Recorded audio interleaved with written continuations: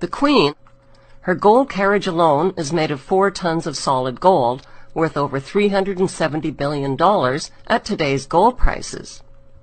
The Bank of England Nominees Limited was established to hide the Queen's investments. Secrecy about her wealth protects her. Government and banking officials inform the Queen about where to invest her wealth. That's called insider trading, and it's illegal. But the Queen gets away with it scot-free. Why? Because she's the Queen, and she's immune to prosecution. The Queen owns more than 300 residences, including castles and palaces, crown jewels, over 27,000 masterpieces, prize racehorses, and a fleet of Bentleys and Rolls-Royces. Her colossal wealth also includes crown land and investments that she inherited from her black nobility ancestors. The Queen's Crown estate includes over 50% of the UK's coastline, as well as Regent Street and Windsor Great Park. Her trillions in wealth are passed down to her descendants, untaxed. Would British tourism collapse if the monarchy was abolished? No, statistically, Buckingham Palace doesn't even make the top 20 list of tourist attractions. Do you know how much the Queen is worth? 17 trillion pounds. That's $30 trillion. She could end world hunger and poverty tomorrow. Besides insider trading and tax-free income, the slave trade and drug trade. Queen Elizabeth I started the British slave trade in 1564. As head of the Church of England, her slave trading of African blacks upset the moral foundations of the Church.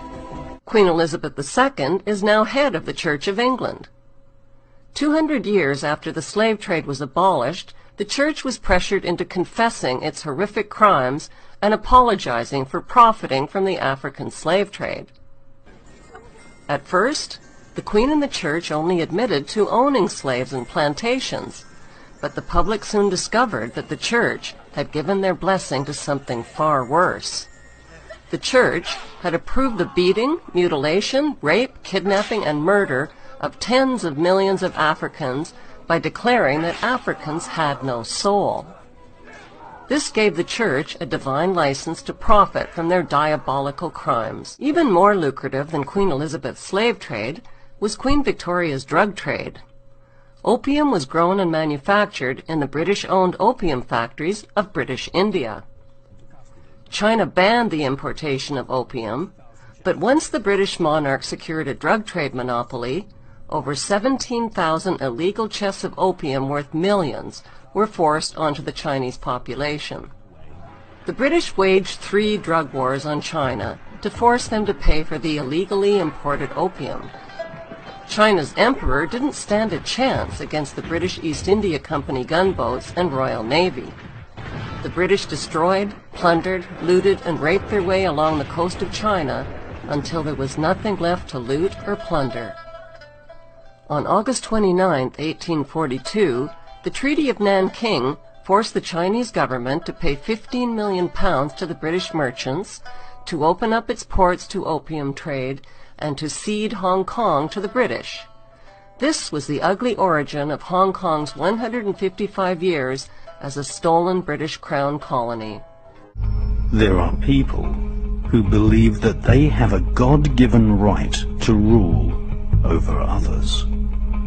They believe that their outward appearance is superior to all others.